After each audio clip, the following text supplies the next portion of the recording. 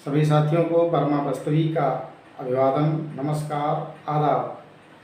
साथियों, वैश्विक पटल पर आज जब हम विचार करते हैं तो एक प्रमुख समस्या उभर करके सामने आती है और वह समस्या है कि विभिन्न देशों के राष्ट्राध्यक्षों के अंदर तानाशाही प्रवृत्ति का विस्तार होते जाना, यानी कि वैश्विक परिदृश्य में तानाशाही का विस्तार होता जा रहा है, जो कि केवल किसी देश विशेष के भविष्य के लिए नहीं बल्कि संपूर्ण धरती के भविष्य के लिए चिंताजनक है।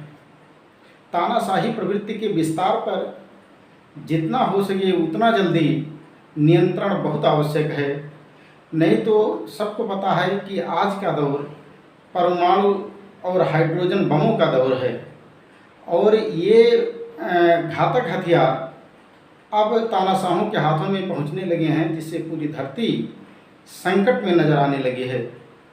तो इसी तथ्य को लेकर के, इसी मुद्दे को लेकर के आज की हमारी एक कविता है तानाशाही। कविता का शीर्षक है तानाशाही।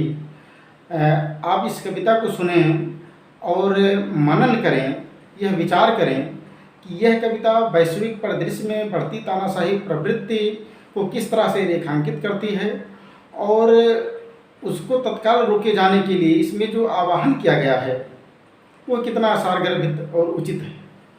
तो कविता का शीर्षक है तानाशाही। तानाशाही दुर्दांतता, अपराध व अमानवीयता का चरमोत्कर्ष है। तानाशाही दुर्दांतता, अपराध व अमानवीयता का चरमोत्कर्ष है। तानाशाही की स्थापना पूरी कायनात की नपुंसकता की शर्त पर होती है। तानाशाही की स्थापना पूरी कायनात की नपुंसकता की शर्त पर होती है। लाखों लोगों, सैनिकों, गोला बारूद के शेष रहते तानाशाही प्रवृत्ति का विस्तार खेदजनक है। लाखों लोगों, सैनिकों, गोला बारूद के शेष रहते तानाशाही प्रवृत्ति का विस्तार खेदजनक है। एक सुनियोजित और सधी शहादत का विचार ही तानाशाही के खात्मे के लिए काफ़ी है। एक सधी और सुनियोजित शहादत का विचार ही तानाशाही के खात्मे के लिए काफ़ी है। ऐसे नए भगत सिंह को 100 अपराधों की भी माफ़ी है।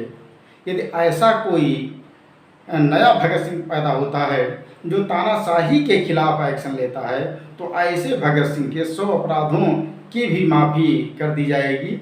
क्योंकि तानाशाही प्रवृत्ति को रोकना सबसे पहली आवश्यकता है, बाकी चीज़ें बाद में आती हैं। तो ऐसे नए भगत सिंह को 100 अपराधों की भी माफ़ी है। तानाशाह अति आत्ममुग्ध वह व्यक्ति होता है जिसकी नीयत गंदी और मन अर्ध विक्षिप्त होता है। तानाशाह अति आत्ममुग्ध वह व्यक्ति होता है जिसकी नीयत गंदी और मन अर्ध विक्षिप्त होता है। व्यभिचार और दुराचरण उसकी मूल प्रवृत्ति होती है। व्यभिचार और दुराचरण उसकी मूल प्रवृत्ति होती है। एक तानाशाह इंसानियत का सबसे बड़ा दुश्मन है। एक तानाशाह इंसानियत का सबसे बड़ा दुश्मन है। तानाशाह का जिंदा रहना तीर कमान से लेकर परमाणु बम तक की तौहीन है। एक तानाशाह इंसानियत का सबसे बड़ा दुश्मन है। तानाशाह का जिंदा रहना तीर कमान से लेकर परमाणु बम तक की तौहीन है। तानाशाह वहशी दरिंदा होता है। तानाशाह वहशी दरिंदा होता है।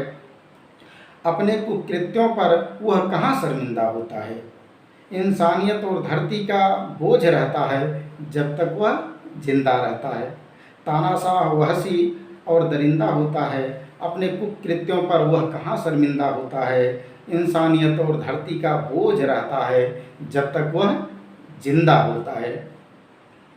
तानाशाह धरती का सर्वाधिक डरने वाला कायर प्राणी होता है। तानाशाहों के संदर्भ में हमेशा से यह बात लागू रही है कि तानाशाह अपनी सुरक्षा के लिए खूब चाक चौबंद व्यवस्था करता है और हमेशा डरता रहता है कि कहीं कोई उसे जान से मार न दे। तो तानाशाह धरती का सबसे अधिक कायर प्राणी माना गया है। तानाशाह धरती का सर्वाधिक डरने वाला कायर प्राणी होता है। उसका साम्राज्य लोगों की बुज़दिली पर निर्भर होता है, वरना जिस मौत का खौफ दिखाकर वह लोगों को अपने आतंक में रखता है, वही मौत उसकी भी सुनिश्चित रहती है। वही मौत उसकी भी सुनिश्चित रहती है। हमारी आपकी तरह ही तानाशाह के लिए भी बंदूक से निकली एक ही गोली काफ़ी है। यदि लोगों के अंदर इतना जज्बा बाकी है कि वह जीना चाहते हैं आज़ाद ज़िंदगी, तो एक बार उन्हें इस आज़ादी के खतरे को उठाना ही होगा। इसके इतर नहीं कोई रास्ता, नहीं काम आने वाली कोई और बंदगी। इसके इतर नहीं कोई रास्ता, नहीं काम आने वाली कोई और बंदगी। आज के परमाणु युग में तानाशाही संपूर्ण धरती के लिए अभिशाप है।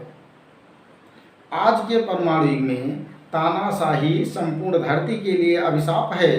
दुर्भाग्य से दुनिया में आज तानाशाही प्रवृत्ति विस्तार लेती जा रही है। दुर्भाग्य से दुनिया में आज तानाशाही प्रवृत्ति विस्तार लेती जा रही है। इस पर ससमय नियंत्रण जरूरी है।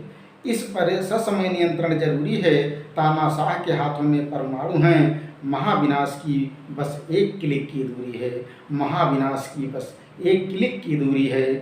बढ़ती वैश्विक तानाशाही प्रवृत्ति महाशक्तियों की विफलता है। शिक्षा, संस्कार और वैज्ञानिक प्रगति की यह सबसे बड़ी असफलता है। शिक्षा, संस्कार और वैज्ञानिक प्रगति की यह सबसे बड़ी असफलता है। तानाशाही अपने साथ झूठ, फरेब, आतंक, आत्ममुग्धता।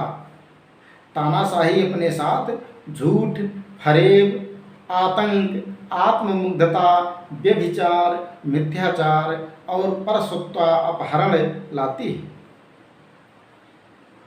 तानाशाही अपने साथ झूठ, फरेब, आतंक, आत्ममुग्धता, व्यभिचार, मिथ्याचार और परसत्वापहरण लाती है। तानाशाही अपने बाद बर्बादी, बदहाली, विध्वंस, कराह, भूख, लूट, अराजकता, नीरवता और मौत छोड़ जाती है। तानाशाही अपने साथ झूठ, फरेब, आतंक, आत्ममुग्धता, व्यभिचार, मिथ्याचार और परसत्वापहरण लाती है। तानाशाही अपने बाद बर्बादी, बदहाली, विध्वंस, कराह, भूख, लूट, अराजकता, नीरवता और मौत छोड़ जाती है। अस्तु देश दुनिया को हमें तानाशाही से बचाना होगा। अस्तु देश दुनिया को हमें तानाशाही से बचाना होगा। तानाशाही प्रवृत्ति के सत्ताधीशों को चुन चुन कर सत्ता से हटाना होगा। तानाशाही प्रवृत्ति के सत्ताधीशों को चुन चुन कर सत्ता से हटाना होगा। तो साथियों, कविता इस तरह से यहाँ समाप्त होती है, लेकिन हमको आपको भी इस चीज़ का ध्यान रखना है कि ये जो तानाशाही की बढ़ती हुई प्रवृत्ति है वैश्विक लेवल पर, इसको नियंत्रित करने के लिए हमारे व्यक्तिगत स्तर से लेकर के चाहे कोई भी सरकारी, गैर सरकारी संगठन हों, संस्थाएं हों, उन सबकी ये जिम्मेदारी बनती है। उन सबको साथ लेकर के आगे बढ़ा जाए। उनकी जिम्मेदारी है कि इस प्रवृत्ति पर रोक लगाई जाए, अन्यथा आने वाला जो हमारा आपका भविष्य है वो निश्चित रूप से अंधकारमय रहेगा। इसलिए तानाशाही प्रवृत्ति पर ससमय नियंत्रण परम आवश्यक है। आप सभी को इसी के साथ बहुत बहुत धन्यवाद।